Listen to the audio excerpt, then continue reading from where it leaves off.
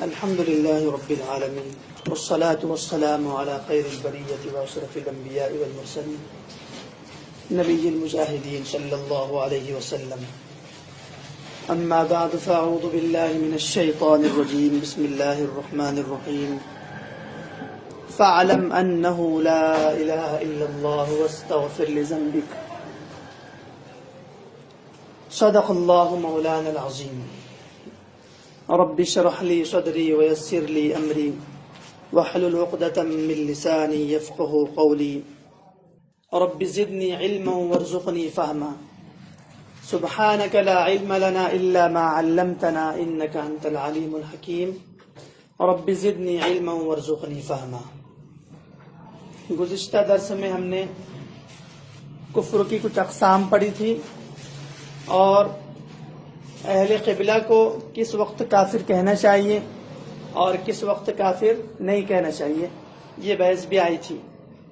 اسی طرح کسی مسلمان کے کلام میں اگر کفر کے احتمالات ہوں اور کچھ احتمالات اسلام کے بھی ہو تو پھر اس کو کافر کہنا چاہیے یا نہیں کہنا چاہیے، اس پر بھی کچھ کلام ہوا تھا. خلاصہ اس کو ذکر کرتے ہیں خلاصتاً اور پھر آگے چلتے ہیں. اہل قبلہ کے بارے میں یہ بحث آئی تھی کہ جتنے اہل قبلہ ہے یعنی کعبۃ اللہ کی جانب رخ کر کے عبادت کرتے ہیں انہیں کہتے ہیں اہل قبلہ. مسلمان اہل قبلہ ان کو کافر نہیں کہنا چاہیے، لیکن کب تک کافر نہیں کہنا چاہیے اس کی بھی ایک حد ہے. اس وقت تک کافر نہیں کہنا چاہیے اہل قبلہ کو جب تک کہ ان کے کلام میں، ان کی باتوں میں، ان کے عقائد میں اسلام اور احکام شریعت اور ضروریات دین کی مخالفت نہ. اسلامی احکام اور شرعی احکام جتنے ہیں ان میں سے کسی ایک حکم کی بھی مخالفت اگر ہو رہی ہے اہل قبلہ میں سے کسی سے بھی تو ایسا آدمی دائرہ اسلام سے خارج ہو جائے گا، اب وہ اہل قبلہ باقی نہیں رہا. اسی طرح ایک بات آئی تھی مؤول کی، وہ آدمی جو تعویلات کرتا ہے اپنے کلام میں، اپنے بیانات میں، اپنی بات میں، اپنے عقیدے میں، تو اس کو بھی کافر نہیں کہنا چاہیے، لیکن اس وقت تک جب تک کہ اس کی تعویل کسی شرعی عقیدے یا مسلمات فی الدین یا ضروریات دین سے نہ ٹکرائے. اگر ضروریات دین میں سے کسی ایک ضروری امر اور احکامات شرعیہ میں سے کسی ایک حکم شرعی سے بھی کوئی تعویل اس کی ٹکراتی ہے تو ایسا آدمی بھی دائرہ اسلام سے خارج ہو جائے گا. اسی طرح ایک مسئلہ ذکر کیا تھا کہ اگر کسی مسلمان کی بات میں 99 احتمال کفر کے ہو، ایک احتمال اسلام کا ہو تو اسے مومن کہا جائے گا اس وقت تک جب تک کہ اس کی جانب سے وضاحت نہ آ جائے. اگر خود صاحب کلام یہ کہے کہ ٹھیک ہے میری بات میں 99 کفر کی احتمالات ہیں، ایک ایمان کا ہے، میری مراد وہ ایمان والا ہے، تو اب آپ اس کو کافر نہیں کہہ سکتے. اسی طرح کسی نے ایسا کلام کیا کہ جس میں کفر کے ہی احتمال ہے اور ایک ایمان کا بھی احتمال ہے، وضاحت کرنے سے پہلے اس کا انتقال ہو گیا کہ اس کی مراد کیا ہے آپ کو پتہ نہیں چلی، تو علماء فرماتے ہیں ایسے آدمی کو بھی آپ کافر نہیں کہہ سکتے. ہاں اس وقت آپ اس کو کافر کہیں گے کہ اپنے کلام کرنے کے بعد اس کو اتنا عرصہ زندگی ملی کہ وہ وضاحت کر سکتا تھا، پھر بھی اس نے وضاحت نہیں کیا اور پھر انتقال کر گیا، تو اب ایسا آدمی کافر کہلایا جا سکتا ہے.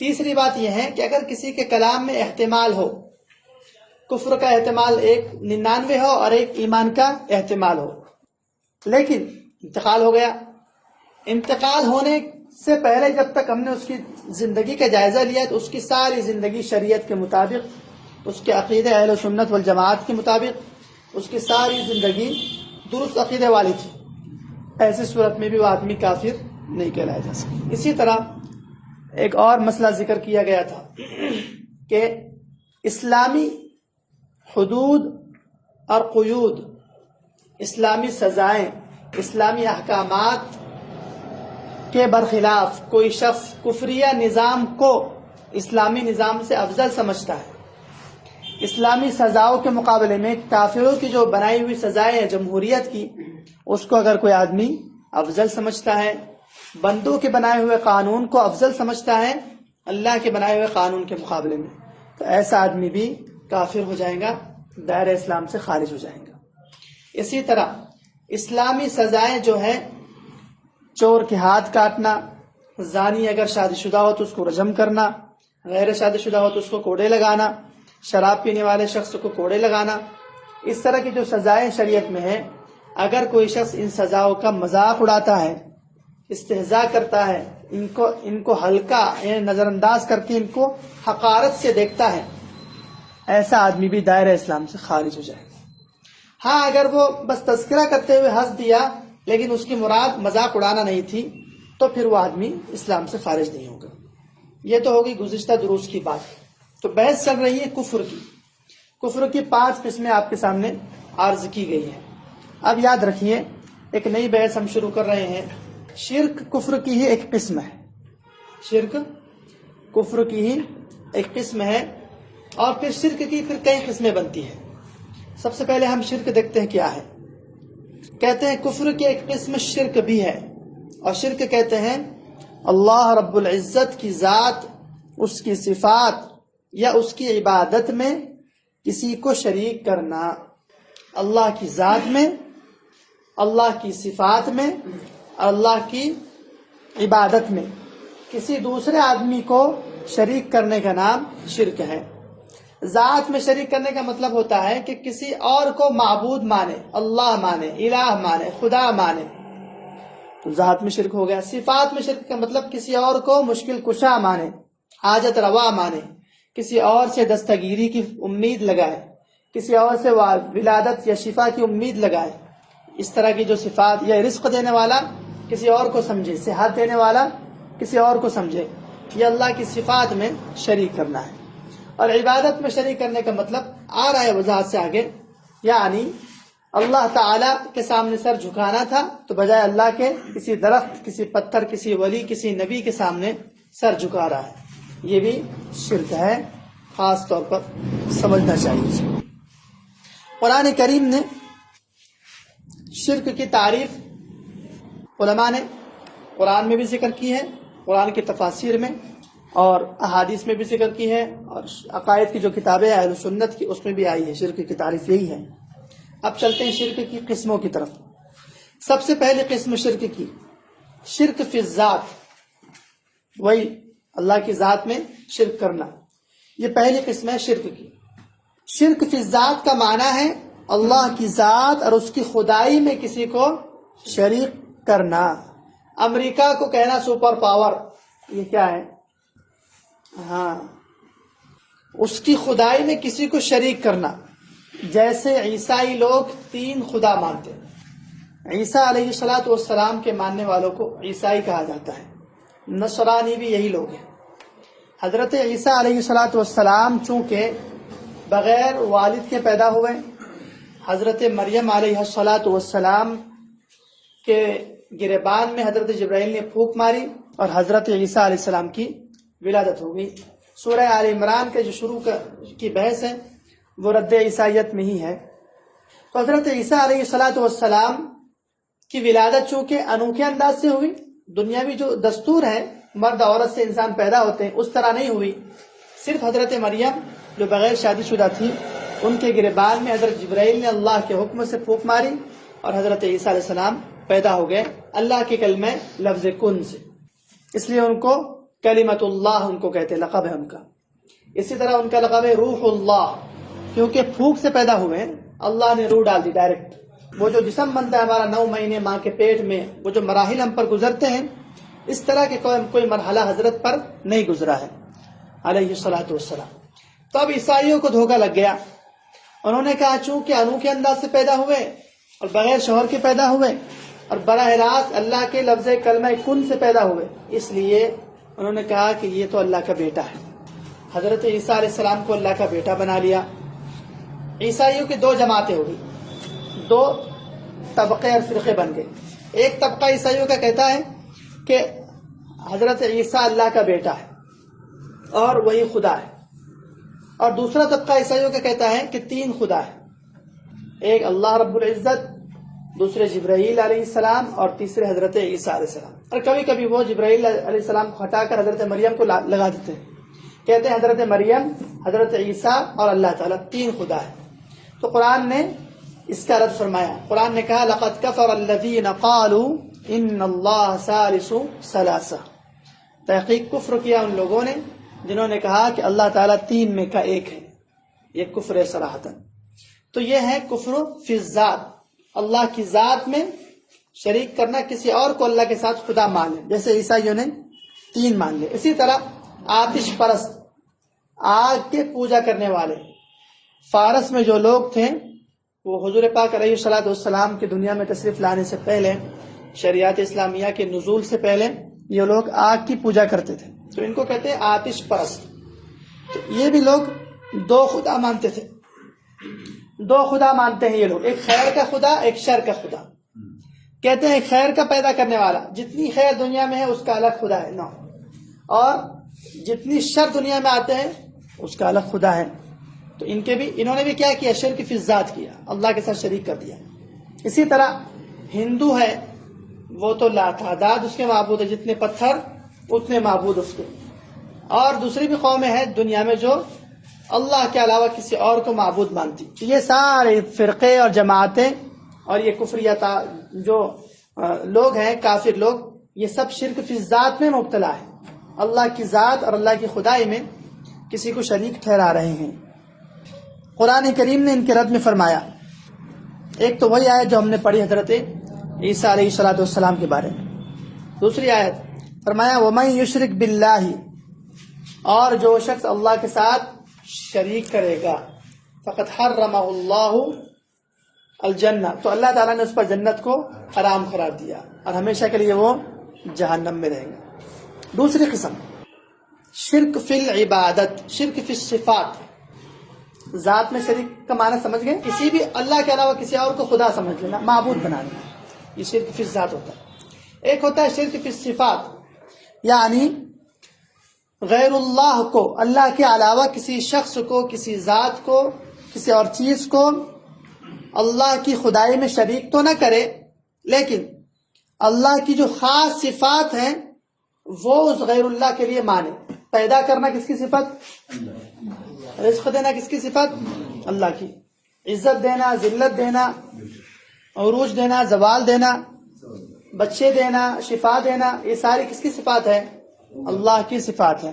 ان صفات خاصہ جو اللہ کی خاص صفات ہے، اللہ تعالیٰ عالم الغیب ہے، غیب جانتا ہے، اللہ تعالیٰ ہر جگہ موجود ہے، یہ صفات کسی غیر میں مان لینا، اسے کہتے ہیں شرک فی الصفات، اللہ کی صفات میں شریک کرنا.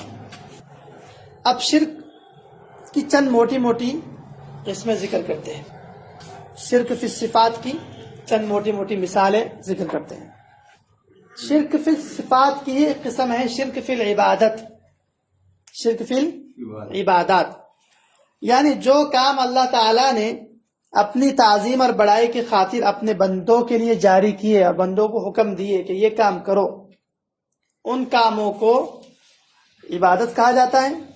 ان عبادات والے اعمال کو اللہ کے لیے نہیں بلکہ کسی غیر کے لیے کرنا.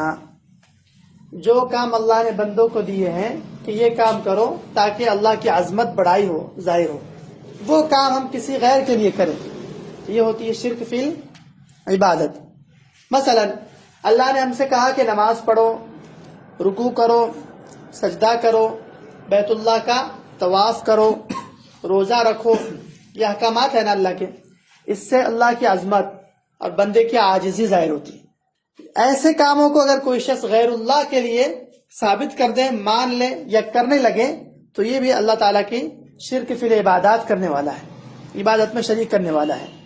مثلا کوئی شخص غیر اللہ کو سجدہ کرتا ہے، اللہ کو چھوڑ دیا اور کسی قبر کے پاس جا کے سجدے کرنے لگ گیا یا رکوع کر لیا، یا جس طرح ہم نماز میں اللہ کے سامنے کھڑے ہوتے ہیں اس طرح کسی کے سامنے جھک کر کے کھڑا ہو گیا، یا کسی نبی اور ولی سے منت ماننے لگا. کچھ دو مشکل کشا کسی ولی کو، کسی نبی کو، کسی خبر پرست قبر کے اندر رہنے والے بزرگ کو سے آرزو لگا دی، امید لگا دی، تو یہ ساری کیا ہے؟ شرک فی العبادات ہیں۔ اسی طرح پیر یا امام کے نام کا روزہ رکھ لیا، کوئی پیر، کوئی امام یا کوئی نبی یا کوئی ولی، اس کے نام کے روزے رکھتے ہیں لوگ، اس طرح روزہ رکھ لیا، یہ بھی شرک فی العبادات کا حصہ ہے۔ اسی طرح قربانی کرنا ہے اللہ کے لیے، تو بجائے اللہ کی قربانی کرنے کے اللہ کے لیے کسی غیر کے لیے قربانی کرنا، چڑھاوے چڑھانا قبروں پر جا کر، مندروں میں جا کر ناریل پھوڑنا، مسلمان بھی کرتے ہیں، یہ دوسرے لوگ بھی کرتے ہیں۔ کسی کے غیر کی منت ماننا یا کسی دوسرے گھر کا طواف کرنا، ایسے جیسے ہم بیت اللہ کا طواف کرتے ہیں، یہ سارے کام کرنے والا شرک فی العبادت کرنے والا ہے۔ غیر اللہ سے مدد مانگتا ہو، غیر اللہ کے سامنے سجدہ کرتا ہو، غیر اللہ کو مشکل کشا سمجھتا ہو، حاجتیں مانگتا ہو، اس طرح کے جو بھی کام ہوتے ہیں جو ہم اللہ کی عظمت کے لیے کرتے ہیں۔ سجدہ کرنا ہے، سجدہ تعظیمی اور سجدہ جو اللہ نے ہم پر نماز میں سجدہ فرض کیا، اس میں فرق ہے۔ سجدہ تعظیمی لوگ عظمت سے کسی کے سامنے جھکتے ہیں، جھک کر سلام کرتے ہیں، یا اور قبروں پر جانے سے پہلے دروازے چھوٹے لگاتے ہیں احمق ترین لوگ، تاکہ انسان جھک کر جائے، تو یہ بھی شرک فی العبادت ہوگا۔ سجدہ تعظیمی صرف حضرت یوسف علیہ السلام کی شریعت میں تھا، ہماری شریعت میں یہ سجدہ منسوخ ہو چکا ہے۔ ہماری شریعت میں صرف اللہ کو سجدہ کرنا ہے، کسی بھی غیر کے سامنے سر جھکانا جائز نہیں، اس سے بہتر تو سر کٹانا ہے۔ یہ شرک فی العبادت ہے۔ ایک ہوتا ہے شرک فی الحکم۔ شرک فی الحکم کا کیا مطلب ہے؟ یعنی اصل حاکم، اصل حکم دینے والی ذات کس کی ہے؟ اللہ رب العزت کی ہے۔ کسی بھی چیز کو حلال کرنا کس کا کام؟ اللہ کا کام ہے۔ کسی چیز کو حرام قرار دینا کس کا کام؟ اللہ کا کام۔ اب اللہ رب العزت کے حلال یا حرام کرنے کی وجہ سے کوئی شخص اللہ تعالیٰ کی اس صفت میں غیر کو شریک کر لے اور کہے کہ فلاں بزرگ جو کہتے ہیں نا، اس لیے میں یہ حرام کر سمجھتا ہوں اس کو، یا فلاں ولی صاحب کہتے ہیں، یا فلاں عالم صاحب کہتے ہیں، یا فلاں کوئی اور بھی کسے باشد کوئی بھی ہو، وہ اللہ کی حلال چیز کو حرام قرار دے دیں، تو یہ کیا ہو جائے گا؟ شرک فی الحکم، شرک فی الحکم ہو جائے گا۔ مثلا کسی پیر یا ولی کی منع کردہ چیزوں کو حرام سمجھ لینا۔ یاد رکھیں، کوئی پیر ہو، شیخ ہو، یا ولی ہو، یا عالم ہو، کوئی کسی کام سے منع کرے تو اس کو دل سے حرام نہ سمجھے۔ پرہیز کرنا الگ چیز ہوتی ہے، لیکن اس کو حرام سمجھنا الگ۔ حرام عقیدے سے ہوتا ہے، انسان عقیدہ بنا لے کہ یہ چیز حرام ہے۔ تو اگر کسی اور غیر اللہ کی وجہ سے کسی حلال چیز کو حرام سمجھنے لگے تو ایسا آدمی مشرک فی الحکم ہو جائے، شرک فی الحکم کرنے والا ہو جائے۔ جن کاموں کا پیر نے ولی نے کرنے کا حکم دیا، اس کو اللہ تعالی کی طرح فرض اور ضروری سمجھ لینا، ایسا کرنا کبھی چھوڑنے کی سوچنا بھی نہیں، اس کو فریضہ سمجھنا، یہ بھی شرک فی الحکم ہے۔ اب دیکھیے ہم کہاں ہم عقائد میں پھنس رہے ہیں۔ دیکھیے اب خود سوچئے کہ ہم کو کتنی ایسی چیزیں ہیں جو کسی کے کہنے کی وجہ سے چھوڑ دیتے ہیں اور قیامت کی صبح تک کھانے کی کوئی کوشش بھی نہیں کرتے۔ شرک فی الحکم، کسی نے کہہ دیا تو اس طرح کرنا جیسے فرض ہے۔ غیر اللہ نے کسی نے کوئی کام نکال دیا، اس کا عقیدہ بنا دیا کہ یہ کرنا ہی ہے، بس چھوڑنا وڑنا نہیں ہے۔ اور کسی نے منع کر دیا کہ فلاں کام نہیں کرنا ہے، تو اتنا نہیں کرنا جیسے اللہ نے حرام قرار دیا۔ اسی طرح غیر اللہ کے حکم کو اللہ تعالیٰ کے حکم کی طرح ماننا، یہ بھی شرک فی الحکم ہے۔ اس لیے ہم کہتے ہیں کہ یہ جو جمہوریت ہے یہ غیر اللہ کی بنایا ہوا نظام ہے۔ جمہوری نظام اللہ کا بنایا ہوا کہ غیر اللہ کا بنایا ہوا؟ کیا کہتے ہیں اس کو انگلش میں؟ ڈیموکریسی۔ یہ مخلوق کا بنایا ہوا نظام ہے۔ اس کو ایسے سمجھنا جیسے کہ اللہ تعالیٰ کا نظام بنایا ہوا نظام ہو، تو انسان شرک فی الحکم میں مبتلا ہو جائے گا۔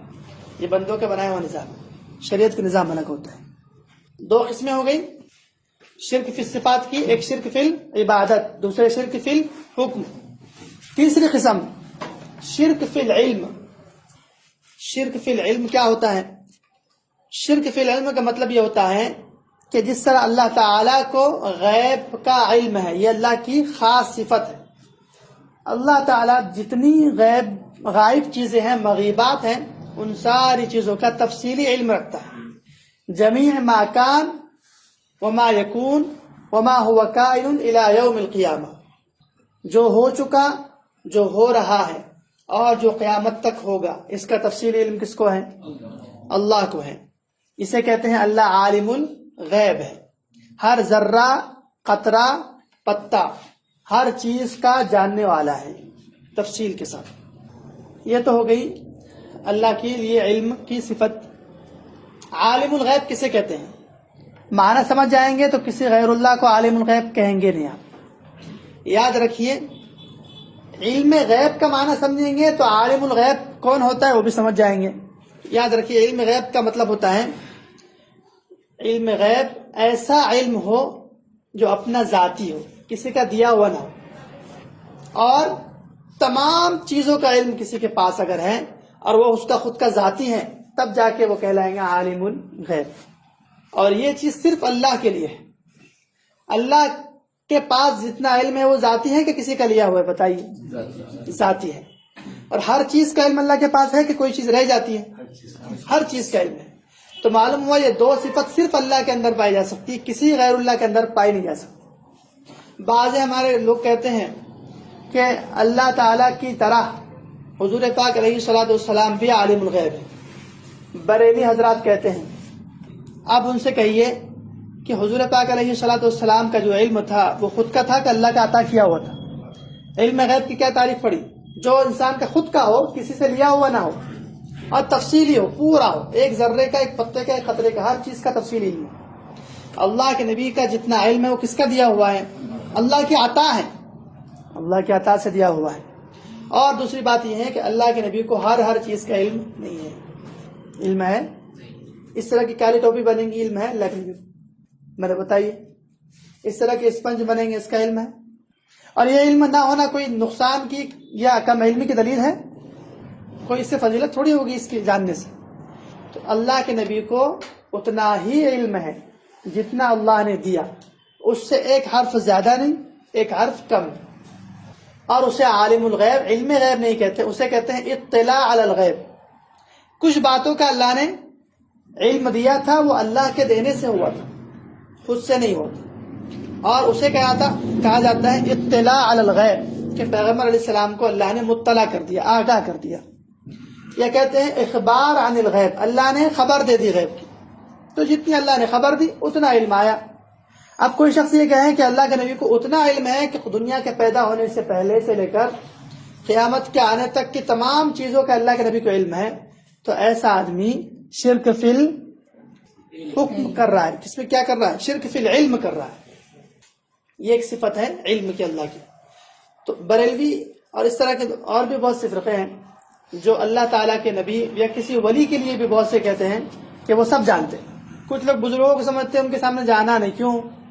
پرسوں کیا کیا تھا سب سمجھ میں آیا تھا، کچھ سمجھ میں نہیں آتا۔ صرف اللہ کا ہمارا معاملہ ہے، اور اللہ تعالیٰ ستار العیوب ہے، وہ چھپاتا ہے، کھولنا چاہتا سب کی کھول دیتا، صرف آپ کے کیوں کھولتا؟ کیا خیال ہے؟ اگر اللہ کو گناہ کھولنا ہی ہے تو صرف آپ کے کھولیں گے کہ سب کے کھولیں گے؟ جب چھپائیں گا سب کے چھپائیں گا۔ تو کسی ولی اور کسی نبی یا کسی بھی عالم کو حالات کا کوئی علم نہیں ہوتا، وہ سب لا علم ہوتے ہیں۔ اسے کہتے ہیں شرک فی العلم۔ مثلا یہ سمجھے کہ فلاں نبی اور فلاں ولی علم غیب جانتے تھے، یا انہیں کائنات کے ذرے ذرے کا علم ہے، یا وہ اپنی زندگی میں یا مرنے کے بعد ہمارے تمام حالات سے باخبر ہیں۔ آج کل ایسے بھی لوگ ہیں جو کہتے ہیں ہم جو کرتے ہیں وہ اللہ کے نبی کو پتہ چل جاتا ہے، حالانکہ یہ سب شرک فی العلم ہے۔ دور نزدیک کی تمام چیزوں کی اللہ کے نبی علیہ الصلوۃ والسلام کو یا کسی ولی کو خبر ہے، جو مانتے ہیں وہ شرک فی العلم کرنے والے ہیں۔ اب ہم شرک فی العلم پر کچھ آیتیں پڑھ کے ترجمہ کر لیتے ہیں۔ قرآن کریم نے فرمایا واللہ بکل شیء علیم، اللہ تعالی ہر چیز کا جاننے والا ہے۔ قرآن میں کہیں ہے والنبی بکل شیء علیم، کہیں ہے کہ نبی ہر چیز کا جاننے والا ہے۔ معلوم ہوا ہر چیز کا جاننا اللہ کی صفت ہے۔ اسی طرح قرآن نے فرمایا لا يعزب عنه مثقال ذرة في السماوات ولا في الارض، کہ زمین و آسمان میں سے کوئی ایک ذرہ بھی اللہ سے غائب نہیں۔ لا يعزب عنه، اللہ کی ذات سے کائنات کا کوئی ذرہ زمین و آسمان کا غائب نہیں ہے۔ کہیں قرآن میں آیا کہ اللہ کے نبی سے کائنات کا کوئی ذرہ غائب نہیں ہے ایسا کچھ قرآن میں۔ اسی طرح قرآن نے کہا یعلم ما تسرون وما تعلنون، جس کا تم اظہار کرتے ہو اس کو بھی اللہ جانتا ہے، اور جن چیزوں کو تم چھپاتے ہو اس کو بھی اللہ جانتا ہے۔ کہیں قرآن میں اس طرح اللہ کے نبی کے لیے ہے، کسی نبی، کسی عالم اور کسی ولی کے لیے کہ وہ سب کچھ جانتے ہیں؟ نہیں ہے۔ اسی طرح اللہ نے فرمایا اپنی ذات کے لیے وَيَعْلَمُ مَا فِي الْبَرِّ وَالْبَحْرِ، کہ اللہ تعالیٰ جانتا ہے وہ تمام چیزیں جو خشکی میں ہیں، اور وہ جانتا ہے ان تمام چیزوں کو جو سمندر میں ہیں۔ بر و بحر کی ہر چیز کو جاننے والا اللہ ہے۔ کہیں قرآن میں اس طرح اللہ کے نبی کے لیے نہیں ہے کہ وہ بر و بحر کی ہر چیز کو جانتے ہیں۔ وَمَا تَسْقُطُ مِن وَرَقَةٍ إِلَّا يَعْلَمُهَا، اور نہیں گرتا کوئی پتا مگر اللہ اس کو اس کا علم ہوتا ہے۔ بتائیے کہیں نبی اور کسی ولی کے لیے قرآن میں اس طرح کی کوئی آیت ہے کہ جس سے ثابت ہوتا ہو کہ کوئی پتا نہیں کرتا مگر پیغمبر کو علم ہوتا ہے؟ نہیں ہے ایسا کوئی۔ وَلَا حَبَّةٍ فِي ظُلُمَاتِ الْأَرْضِ، زمین کے اندر اگر کوئی دانہ بھی جاتا ہے تو اللہ کو اس کا علم ہوتا ہے۔ کتنے دانے ڈالے گئے، کتنے پودے اگ گئے، کتنے پتے لگ گئے، کتنے پھل آ گئے، کتنوں نے کھا لیا، کتنے کھا کے دنیا سے چلے گئے، سب چیزوں کا علم اللہ کو ہے، پیغمبر علیہ السلام کو نہیں ہے۔ اسی طرح ایک آیت میں فرمایا ہوا اعلم بکم، وہ اللہ تعالیٰ تمہیں زیادہ جاننے والا ہے، اذ انشأکم من الارض، جب اس نے تمہیں زمین سے پیدا کیا، وَإِذْ أَنْتُمْ أَجِنَّةٌ فِي بُطُونِ أُمَّهَاتِكُمْ، اور اللہ تعالیٰ تمہیں بہتر جانتا ہے، زیادہ جانتا ہے اس وقت، تمہارے اس وقت کو بھی جب تم ماں کے پیٹ میں چھپے ہوئے تھے، ماں کے پیٹ میں تھے، دنیا میں ظاہر نہیں تھے، تو اللہ بہتر جانتا تھا۔ کسی پیغمبر کو پتا ہوتا ہے ماں کے پیٹ میں کیا ہے؟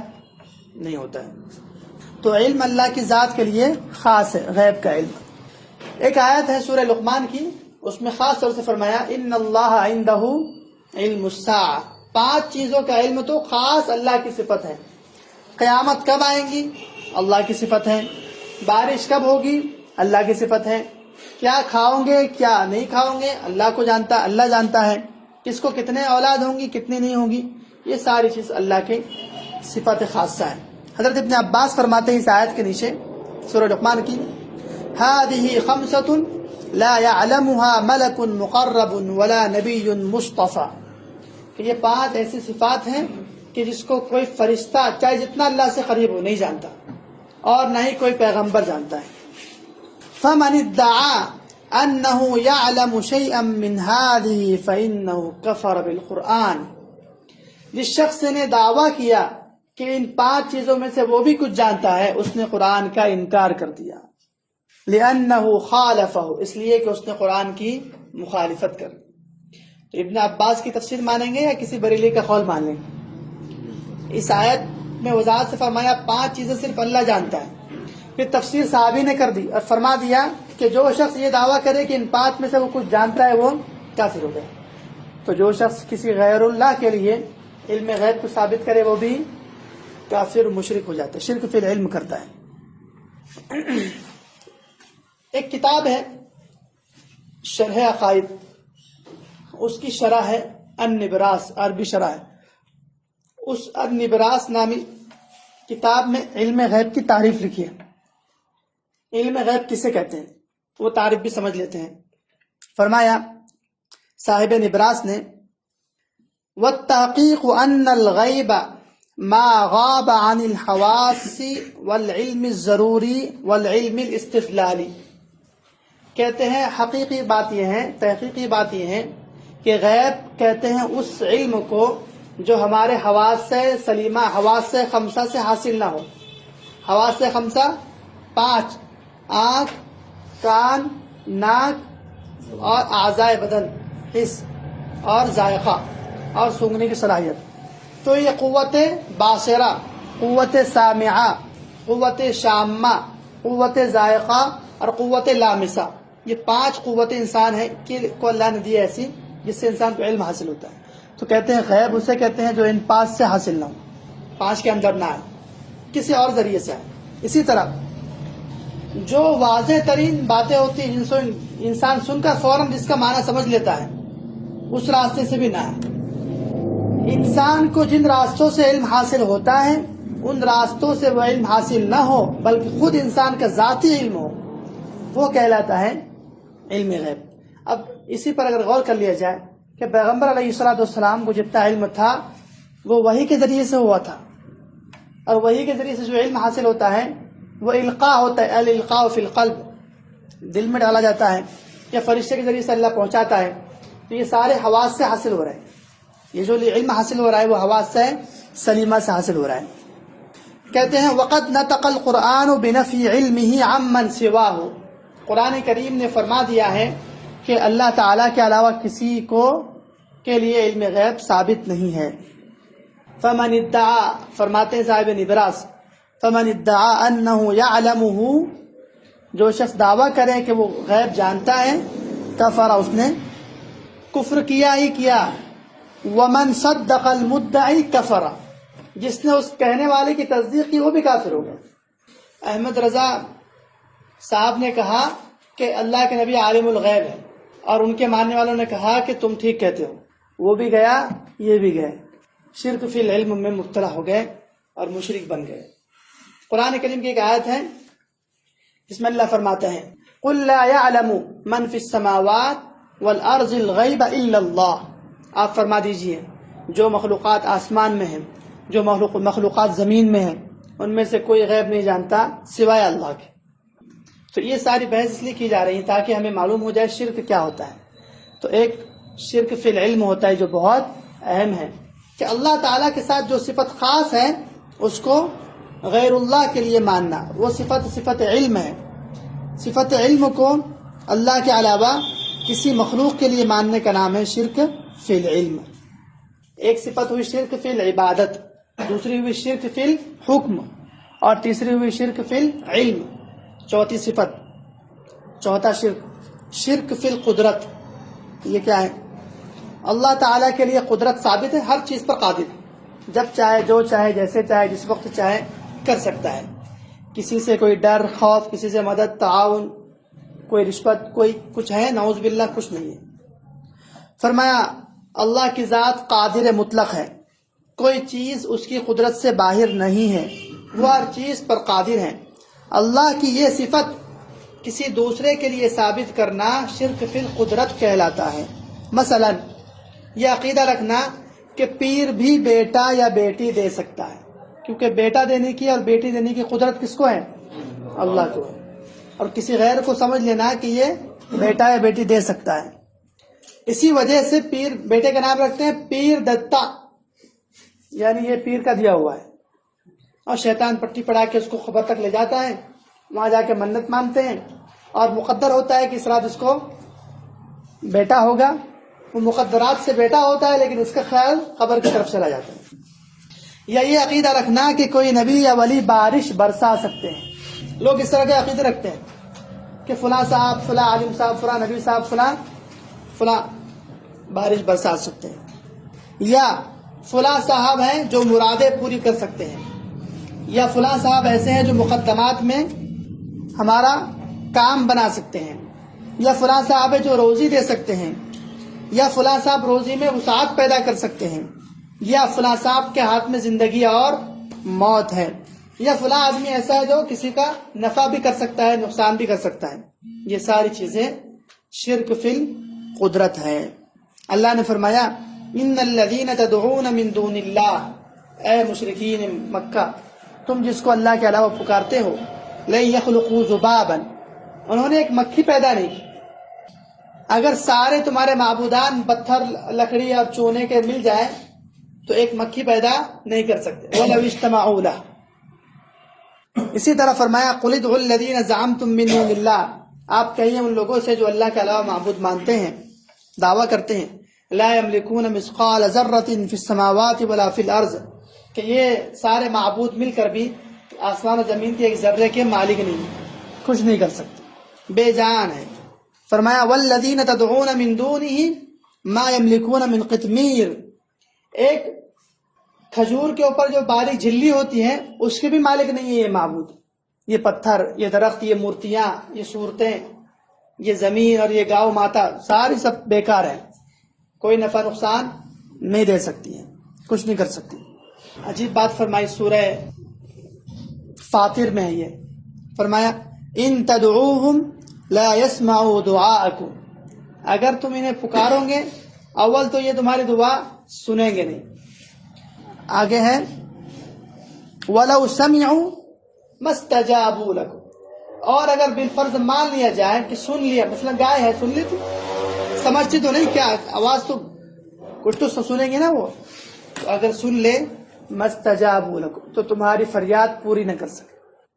وَيَوْمَ الْقِيَامَةِ يَكْفُرُونَ بِشِرْكِكُمْ، لیکن قیامت کے جب دن ہوگا اور یہ سارے معبود بھی آئیں گے اور ان کے ماننے والے عابدین بھی آئیں گے، قیامت کے دن یہ امید کریں گے کہ ہم نے تمہاری عبادت کی، اب ہمیں جہنم سے بچاؤ۔ اللہ نے فرمایا کہ یہ سارے معبود انکار کر دیں گے، کہیں گے تم نے ہمیں پوجا ہی نہیں، اور پوجا تو کیوں پوجا، کس نے کہا تھا پوجنے کا، انکار کر کے جہنم تک پہنچا دیں گے۔ اس طرح کی بے شمار آیتیں جس سے معلوم ہوتا ہے شرک فی القدرت بھی اللہ کے لیے ہی صرف ہر چیز کی قدرت ہے، کسی غیر کے لیے کسی چیز کی قدرت ماننا یہ شرک فی القدرت ہے۔